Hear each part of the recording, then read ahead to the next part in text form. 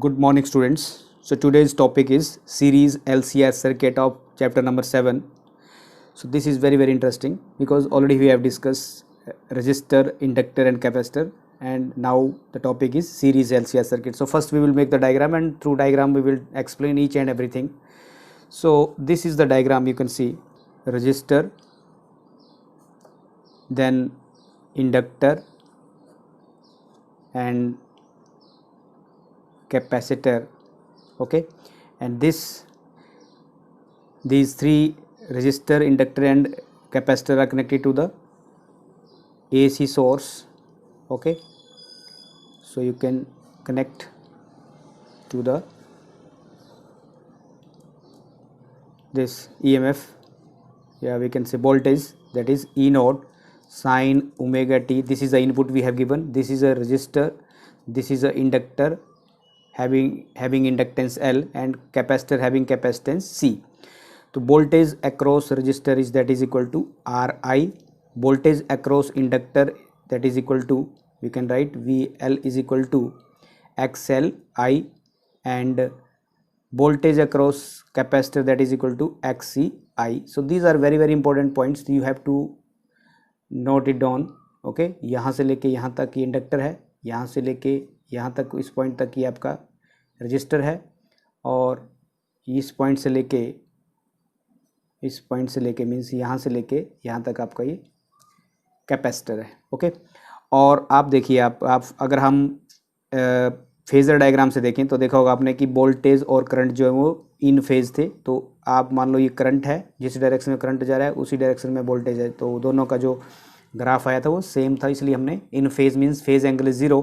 और इंडक्टर के केस में आपने देखा कि वोल्टेज जो थी वो that was increasing to angle of pi by two angle increase कर रही थी, किससे? करंट से. So this is inductor. And third one is capacitor के केस में जो वोल्टेज थी that was lagging behind of angle of pi by two ये कम हो रही थी करंट से.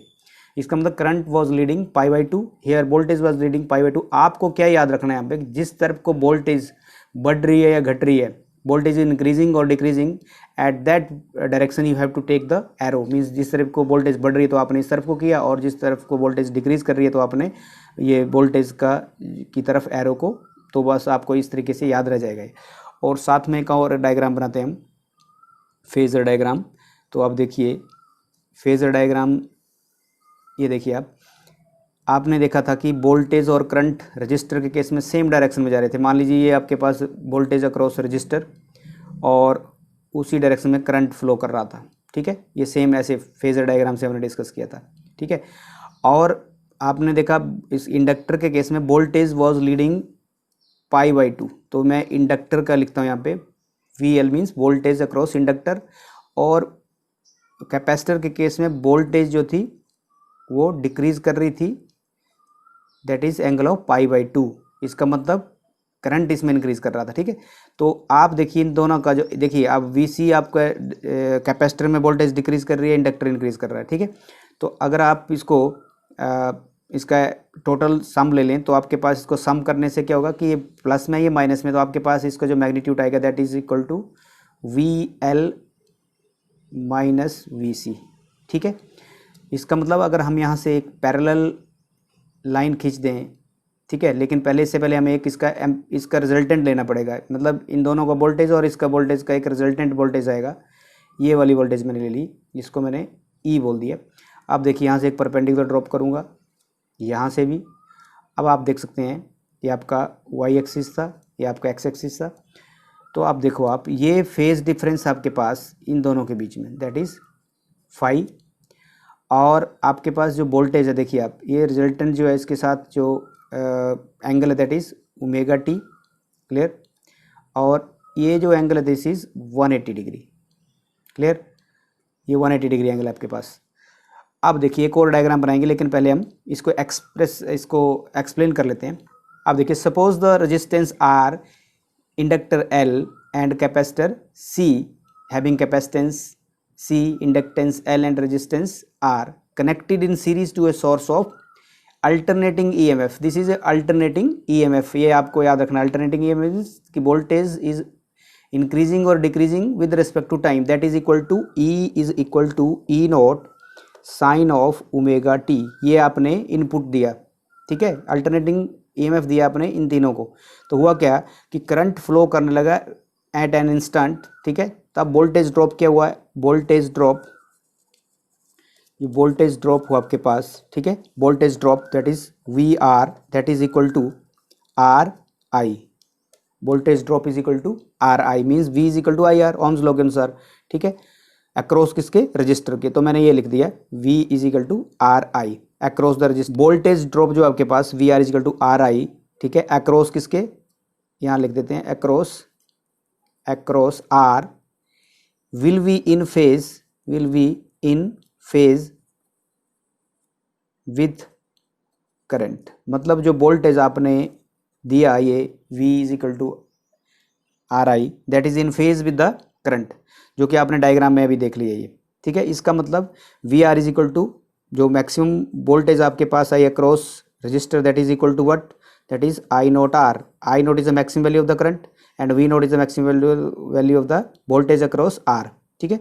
तो ये आपके पास, अब चलो इसको नंबर 1 दे देते हैं, इसको नंबर 2 लिखते हैं। उसी तरह से voltage across inductor that is equal to what, X L I, where X L is the resistance of the inductor and I is the current flowing to this, okay, across the inductance, ठीक है। और यहाँ पे देखिए, अब यहाँ पे क्या है कि जो अक्रॉस द इंडक्ट, ऐसे लिख देते हैं across the inductance, across the inductance L, ठीक है, जो वोल्टेज है अक्रॉस इंडक्टेंस इज अहेड, मतलब आगे चल रही है, ठीक है, ऑफ करंट, कितना वोल्टेज आगे चल रही है, ऑफ करंट कितना, करंट आई से, in phase by pi by two. आपने देखा, ये देखिए वोल्टेज जो है करंट से पाई बाई टू आगे चल रही है, पाई बाई टू रेडियन, ठीक। इसी का मतलब जो वोल्टेज, मैक्सिमम वोल्टेज आएगी अक्रॉस किसके, इंडक्टर के, that is equal to, that voltage equal to I naught X L. तो हम इसको ऐसे लिख सकते हैं I naught X L, clear.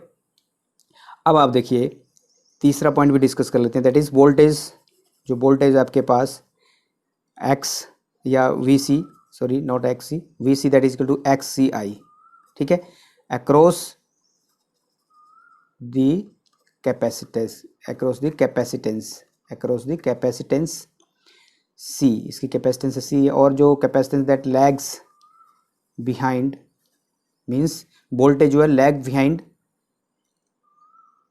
The current, lag behind the current I in phase by pi by to.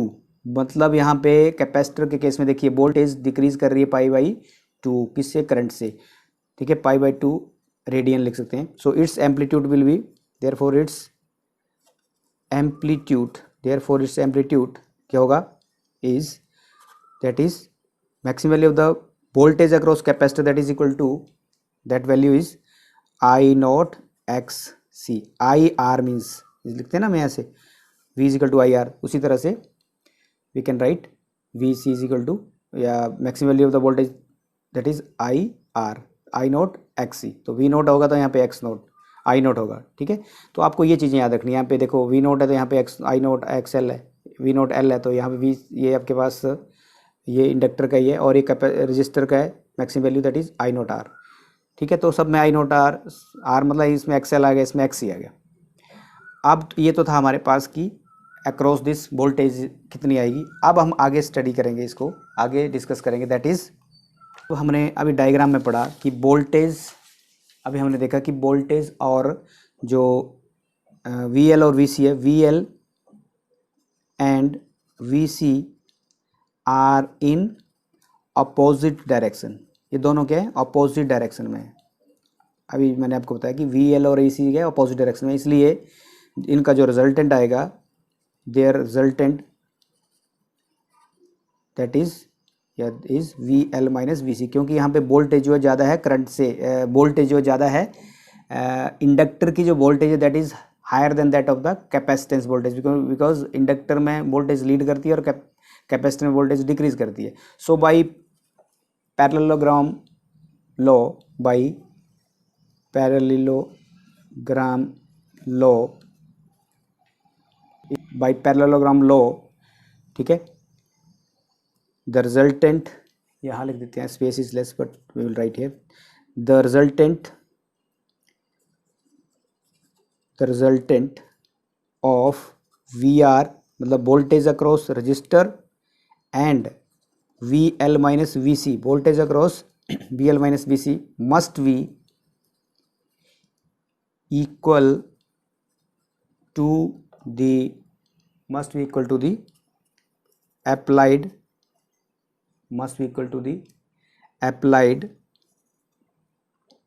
EMF E, must be equal to the applied EMF E. So that is given by diagonal of the parallelogram, that is, ठीक है. So कैसे मिलता है आपको, that is given by the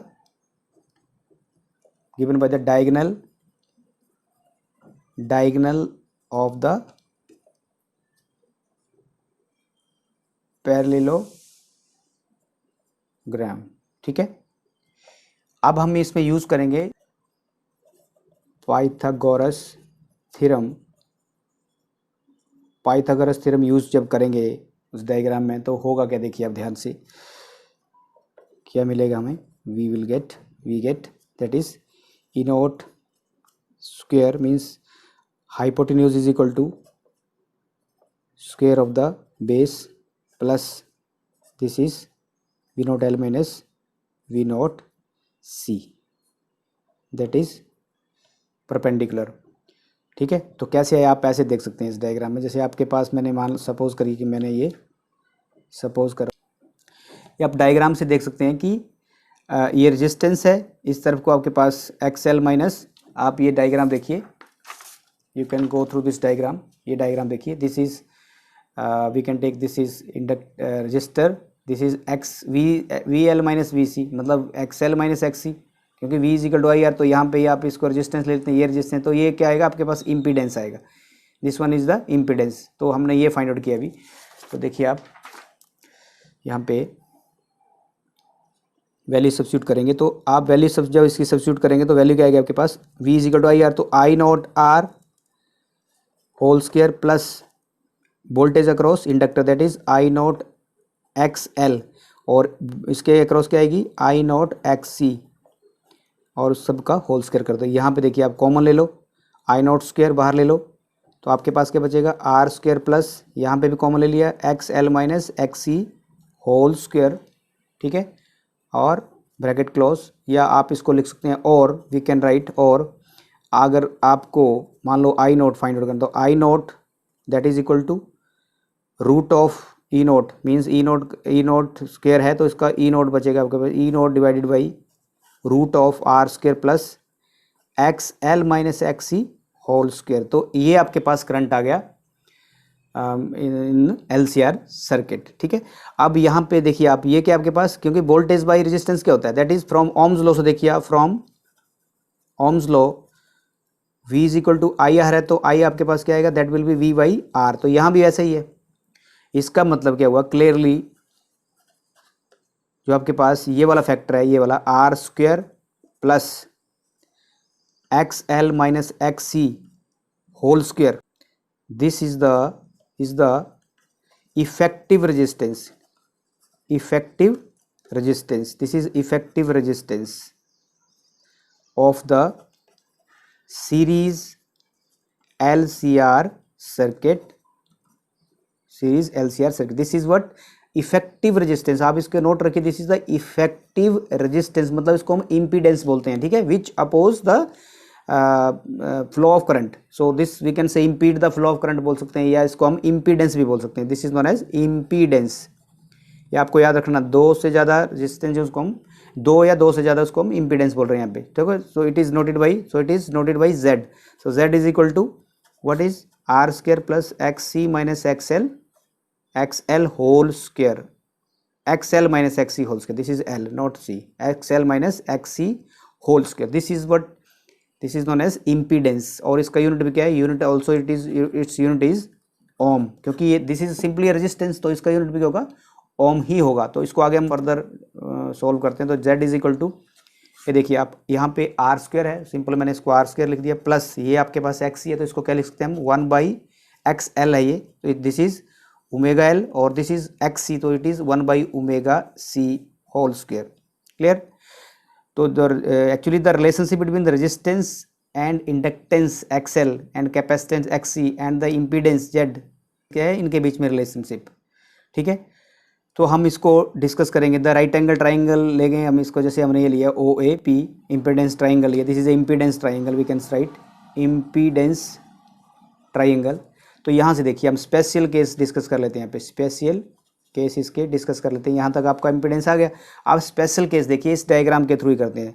यहाँ पे देखिए आप, अगर मान लो सपोज करिए कि XL is greater than XC, जब inductive reactance is greater than capacitive reactance, इसका मतलब, या ऐसे बोल दो कि inductive voltage is greater than capacitive voltage, इस डायग्राम से देख सकते हैं आप। तभी तो आपने XL माइनस XC लिखा है यहाँ पे, मतलब VL माइनस VC लिखा है ये, ठीक है।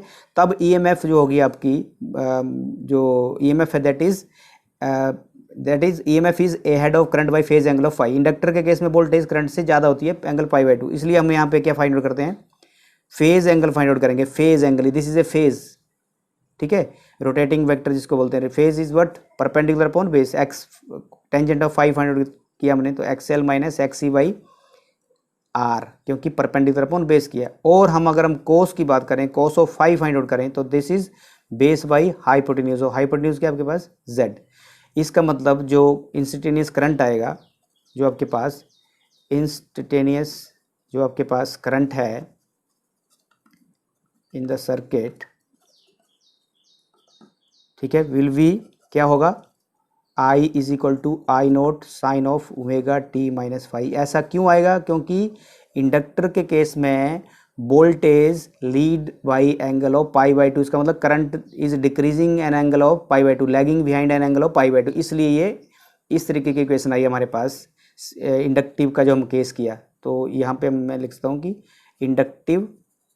Inductive LCR circuit. अगर हम बात करें, दूसरा ले लेते हैं केस, चलो ये फर्स्ट केस है, सेकंड केस लेते हैं, कैपेसिटिव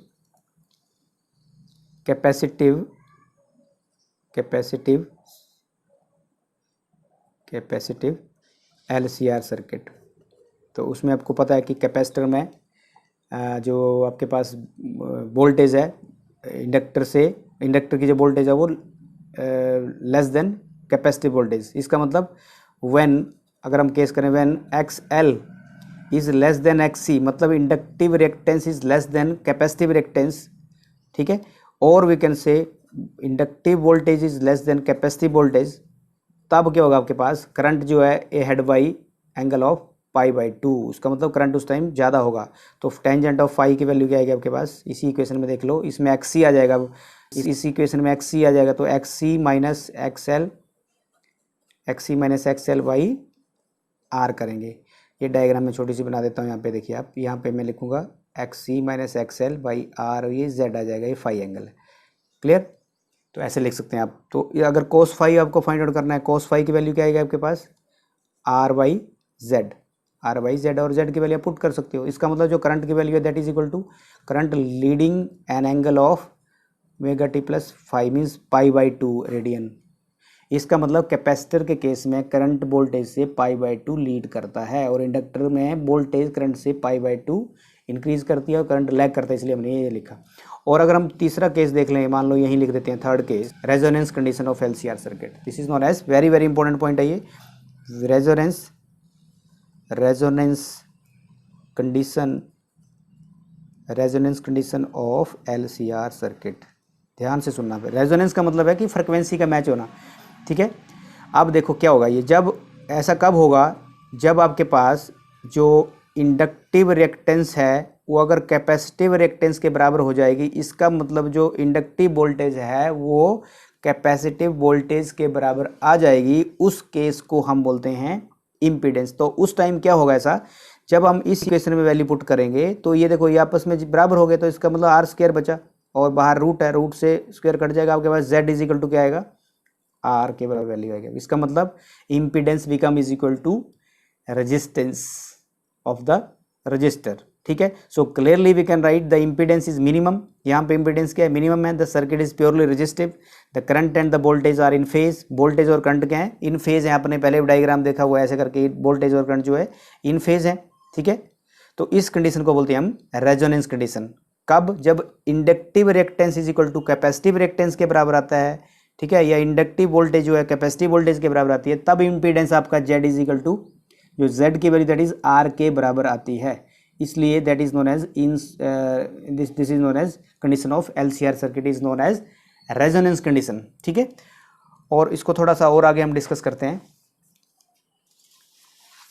अब देखिए इसी से हम फ्रिक्वेंसी फाइंड आउट करेंगे। देखिए तो अब देखिए हमने अभी पढ़ा कि जब XL आपके पास when XL is equal to XC के बराबर आएगा, इसका मतलब क्या होगा, जो फ्रिक्वेंसी है आपके पास, और या वी कैन राइट हियर और 2 पाई f आपके पास 2 पाई f इंडक्टर का केस है, frequency resonance frequency L is equal to 1/2 pi FRC। इसका मतलब क्या हुआ, देखिए आपको लगेगा कि हुआ क्या, ये XL क्या है ओमेगा L और XC क्या है 1/ωc। तो XL क्या होगा 2 pi by T into L, और ये क्या होगा 1/2 पाई बाई टी इंटू सी। अब देखिए 2 पाई बाई टी क्या होगा 2 पाई एफ और एल, और ये क्या होगा 1/2 पाई एफ और सी। तो कैसी है रेजोनेंस फ्रिक्वेंसी, ऐसे करके लिखा हमने।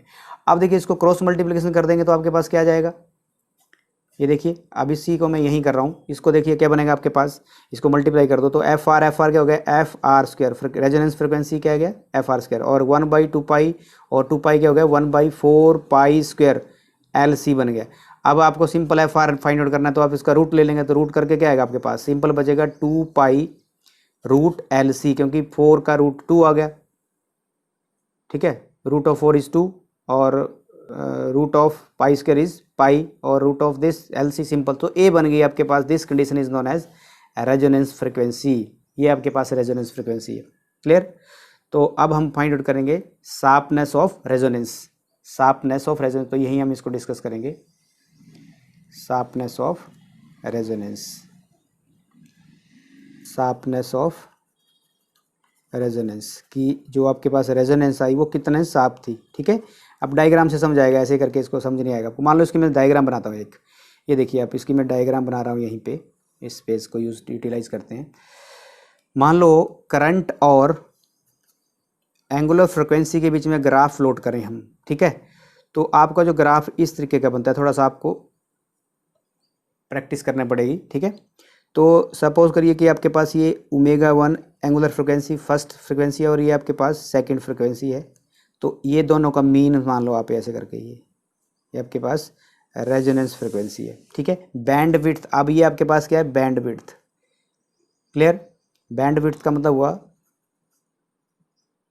BND बैंड विड्थ, ये बैंड विड्थ है आपके पास, दैट इज 2 डेल्टा आर आएगी। कैसे आई देखिए अब आपको मैं बताता हूँ, और एक और बात यहाँ पे लिख देते हैं पहले, उसके बाद आगे चलते हैं। दिस इज मैक्सिमम वैल्यू जो है आपके पास ये, दैट इज E0/R, ये होता है ना maximum voltage by resistance, voltage by resistance, और आपके पास ये जो वैल्यू है दैट इज 1/रूट टाइम ऑफ जो करंट यहाँ पे आएगा, दैट इज E0/√2R, जो आपने पहले पढ़ा था, लेकिन आपको यहाँ पे समझाता हूँ। देखिए आप, अब आपने पढ़ा कि शार्पनेस ऑफ रेजोनेंस, सो इसको हम Q फैक्टर भी बोलते हैं, शार्पनेस ऑफ रेजोनेंस या Q फैक्टर भी बोलते हैं, Q फैक्टर, ठीक है। आप देखो क्या है, the Q factor of A series resonant circuit is an indicator of sharpness of resonance. जो Q फैक्टर है वो शार्पनेस ऑफ रेजोनेंस के बारे में बताता है, और इसको ऐसे डिफाइन करते हैं हम, जैसे यहाँ Q इज इक्वल टू, इसी फॉर्मूले से बोलिए, it is the race of the resonance frequency divided by the band width, ये फॉर्मूला है इसका। तो बैंड विड्थ को लिख दो आप 2 डेल्टा ओमेगा। क्यों लिखा है ऐसा, क्योंकि मान लो ω1 आपके पास resonance frequency minus very small change in frequency, ठीक है। जो दूसरे वाली फ्रिक्वेंसी है ω2 दैट इज ω/R माइनस, ये भी प्लस कर देंगे, एक में प्लस एक में माइनस, क्लियर। इस वैल्यू से देखो आप, ω1 आपके पास ω/R माइनस डेल्टा ओमेगा मान लो, और ω2 equal to ω/R plus delta omega मान लो। तो जब आप ऐसे करोगे ω2 minus omega bandwidth find out करोगे, तो देखिए ये वैल्यू आपके पास कट गई, और आपके पास क्या बचा माइनस ऑफ, क्योंकि ω2 माइनस ω1 है ना, तो ये प्लस में delta omega plus, sorry plus ही बच गया आपके पास, ये तो ये 2 डेल्टा ओमेगा बचा। सो इसको बोलते हैं, is called band width, band width, यहाँ से लेके यहाँ तक, this is known as band width. So now we will find expression for Q factor. Q factor means quality factor. Q factor means quality factor. So you can see here I have written Z is equal to root of R square plus omega L minus 1 by omega C and whole square that is equal to root 2R. ये चीज़ कैसे है देखिए आप, जो current की value है that is equal to maximum value of the current divided by root 2 means RMS value या average value that is equal to I naught by root 2. तो I नोट की वैल्यू क्या होगी, E note by R, E note by R, और root तो already है यहाँ पे रूट 2. ठीक है, तो इसको हम लिख सकते हैं, इस टर्म को लिख सकते हैं Z means E note by, इसको Z लिख दीजिए. Z इसलिए लिखा क्योंकि this is equal to impedance. तो Z आपके पास क्या आ गया, रूट 2R. तो इसलिए हम सारी टर्म को लिख दिया रूट 2R के इक्वल. क्लियर. तो अब हम इसके लिए एक्सप्रेशन फाइंड आउट करेंगे. तो अब देखिए on we can say writing the value of this Z is equal to root 2R and squaring both side we will get R square plus omega L minus 1 by omega C square. Root से वो cut गया आपके पास. ठीक है, square से root cut गया और आपके पास इधर क्या बचा, 2R स्क्वेयर. ठीक है, रूट से स्क्वेयर कट गया और इसका स्क्वेयर हो गया. अब देखिए आपको ये वैल्यू फाइंड आउट करनी है. Omega L minus 1 by omega C whole square is equal to 2R square minus R square. ये वाला R उस तरफ चला गया. इसका मतलब आपके पास क्या बचा, omega L minus 1 by omega C whole square is equal to R square. ठीक है, एक एक करके इसको सिंप्लीफाई करते हैं. अब क्या बचेगा आपके पास, टेकिंग रूट बोथ साइड, तो आपके पास क्या बचेगा, omega L minus 1 by omega C. तो आपके पास क्या बचेगा यहाँ पे, सिंपल R. तो we can write here plus minus R. ठीक है, इसकी दो वैल्यूज आएंगी plus minus. We can also write this equation, we can also write, हम ऐसे लिख सकते हैं. देखिए एक बार इसको प्लस ले लें, एक बार माइनस ले लें. ओमेगा 1 L, इसको 1 ले लिए और इसको भी एक बार 1 ले लें, एक बार 2 ले लें, that is equal to minus R ले लें. और and omega 2L minus 1 by omega 2C is equal to plus R ले लें इसको. ठीक है, और ऐड कर दें. इस इक्वेशन को फर्स्ट मान लें, इस इक्वेशन को सेकंड मान लें. On adding equation number first and second क्या मिलेगा हमें, ये देखिए इसको ऐड करेंगे तो क्या बनेगा, वो ओमेगा 1 प्लस ओमेगा 2 इंटू आपके पास L कॉमन आ जाएगा, ये आएगा ओमेगा 1 प्लस ओमेगा 2. ठीक है, इंटू L माइनस यहाँ पे C कॉमन है तो 1 बाई C बाहर ले लो तो आपके पास अंदर बचेगा 1 by omega 1 minus minus plus common ले लें तो आपके पास ये भी माइनस है और ये भी माइनस है, इसको प्लस ले लें तो आपके पास बचेगा 1 by omega 2 is equal to 0 के बराबर, क्योंकि दोनों 0 हो जाएगी. अब इसको कैसे लिखते हैं, और वी कैन राइट, इसको अगर आप सॉल्व करें तो omega 1 plus omega 2 into L minus इसका LCM ले लें, या इसको डायरेक्ट भी लिख सकते हैं लेकिन चलो LCM ले लेते हैं. Omega 1 plus omega 2 divided by omega 1 into omega 2 is equal to 0. So we will solve this equation now. So this is omega 1, और वी कैन राइट ओमेगा 1, ये देखिए omega 1 plus omega 2 into L is equal to, वो उस तरफ ले जाइए, direct नहीं करते हैं, इसको सोल्व करते हैं 1 by 1 by omega 1 into omega 2. आप देखिए क्या होगा यहाँ पे, आपको वैल्यू फाइंड आउट करनी है ओमेगा 1 और ओमेगा 2 की. ठीक है, तो ये वाली टर्म आपके पास क्या होगी, कट जाएगी, ये वाली टर्म उससे कट जाएगी, ये वाली टर्म उससे कट जाएगी, तो आपके पास क्या आएगा, omega 1 omega 2 is equal to 1 by LC. तो बुक्स में कुछ ये डायरेक्ट लिखा होता है तो आप इस तरीके से इसको लिखते हैं. आप दूसरा केस में करते हैं कि ऑन सब्ट्रैक्टिंग, सब्ट्रैक्ट कर लेंगे. सब्ट्रैक्टिंग, पहले हमने इक्वेशन को फर्स्ट और सेकंड को ऐड किया, अब subtracting 1 from equation second we get, हमें क्या मिलेगा देखिए. अब हम करेंगे ओमेगा 2 माइनस ओमेगा 1, इसी तरह से होगा ये भी. ठीक है, L plus 1 by C direct लिख रहा हूँ मैं, omega 2 minus omega 1 by omega 1 into omega 2 that is equal to 2R. क्योंकि हमने अब क्या किया, 1 को सब्ट्रैक्ट किया 2 से, तो यहाँ पे प्लस 2R हो गया.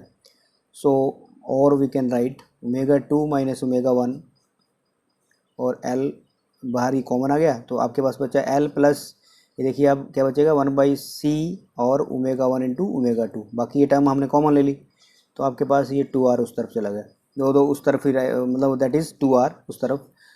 सो और we can write ω2 minus ω1 into, आप देखिए ये एल प्लस, इसको हम लिख सकते हैं एल, ये पूरी की पूरी टर्म एल लिख सकते हैं इसको हम, ठीक है।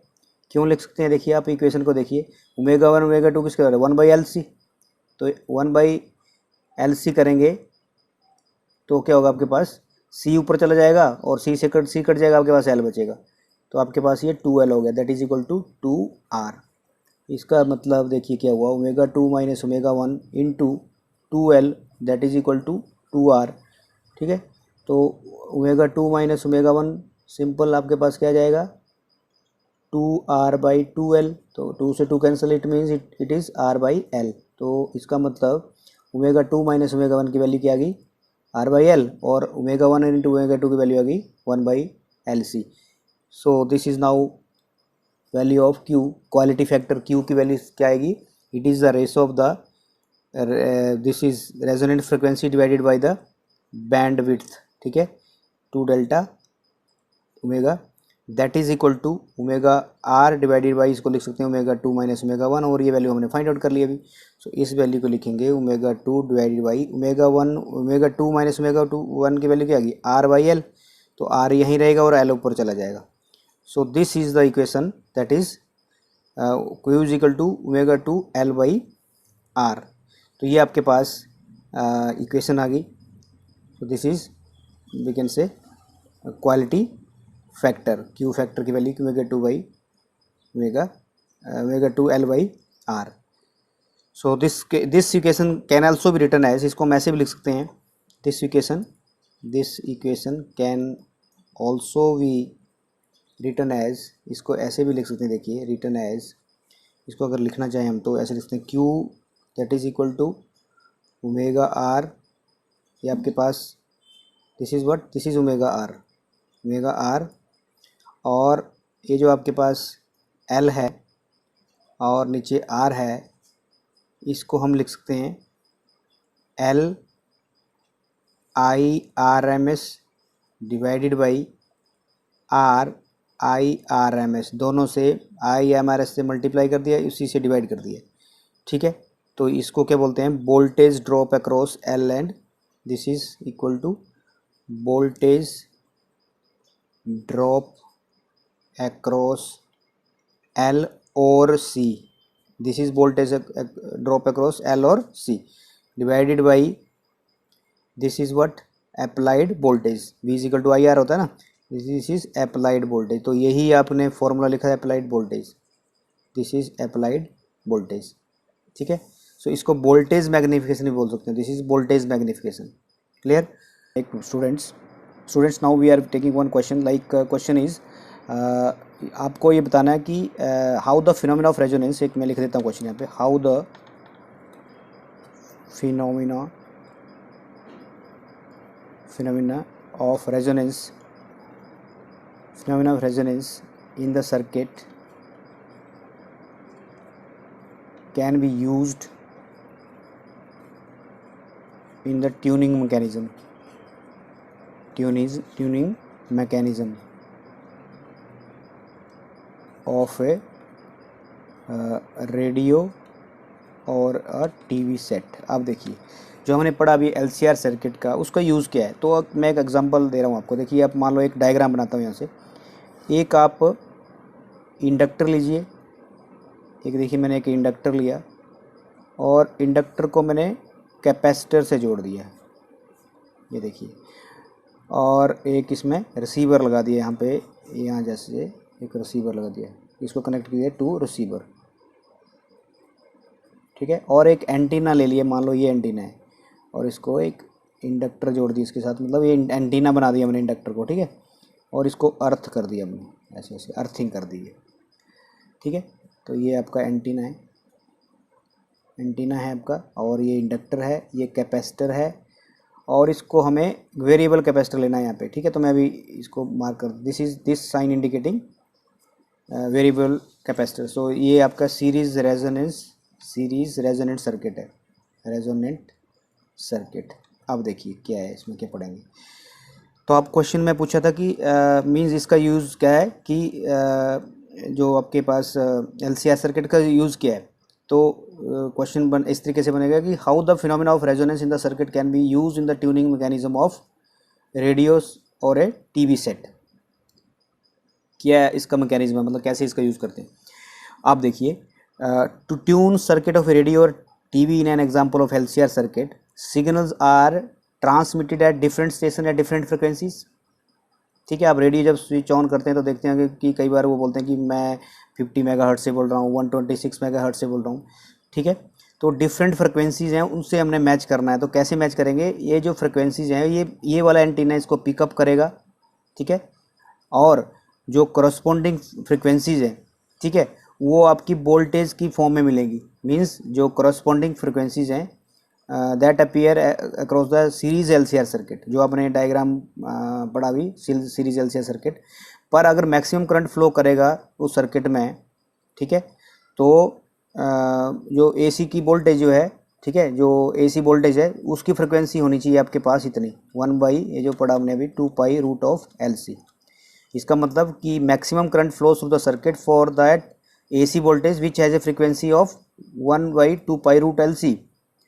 अगर क्वालिटी फैक्टर, अगर आपके पास जो क्यू फैक्टर है, अगर आपके पास क्यू वैल्यू जो है, मतलब क्वालिटी फैक्टर वैल्यू जो है ऑफ द सर्किट अगर ज़्यादा हो, वो सर्किट इज़ लार्ज, अब this value is large, the signals, तो क्या होगा, the signals of the other frequencies of the other station, sorry, signal of the other stations will be very weak, will be very weak. इस point को आपने note करना, this is very important point. अगर ये बोलता है कि quality factor of the circuit is large, the signal of other station will be very weak, तो सिग्नल अदर स्टेशन का बहुत वीक होगा। इसलिए by changing the value of the adjustable capacitor, इसलिए ये जो कैपेसिटर लगा हुआ है इसकी वैल्यू को हम एडजस्ट करेंगे और उससे क्या होगा, जो सिग्नल है from the desire station can be tuned in. इसलिए क्या होगा, अगर ये पॉइंट लिख रहा हूँ मैं, by changing the value of the adjustable capacitor C, ठीक है, ये वाला जो है, the signal from the desired station, we can say desired stations, signal from the desired stations या station can be tuned in, ठीक है, ट्यून्ड इन। तो ये था आपके पास कि जो रेजोनेंस का फिनोमेना है सर्किट में, कैसे उसको यूज़ करते हैं, mechanism of radio and TV circuit, तो ये पढ़ा हमने अभी। ठीक है, तो इस पॉइंट को आपने याद रखना, इससे ऐसा क्वेश्चन पूछा जा सकता है। So this was about your LCR circuit and its application in tuning of A radio circuit. So thank you students, keep watching.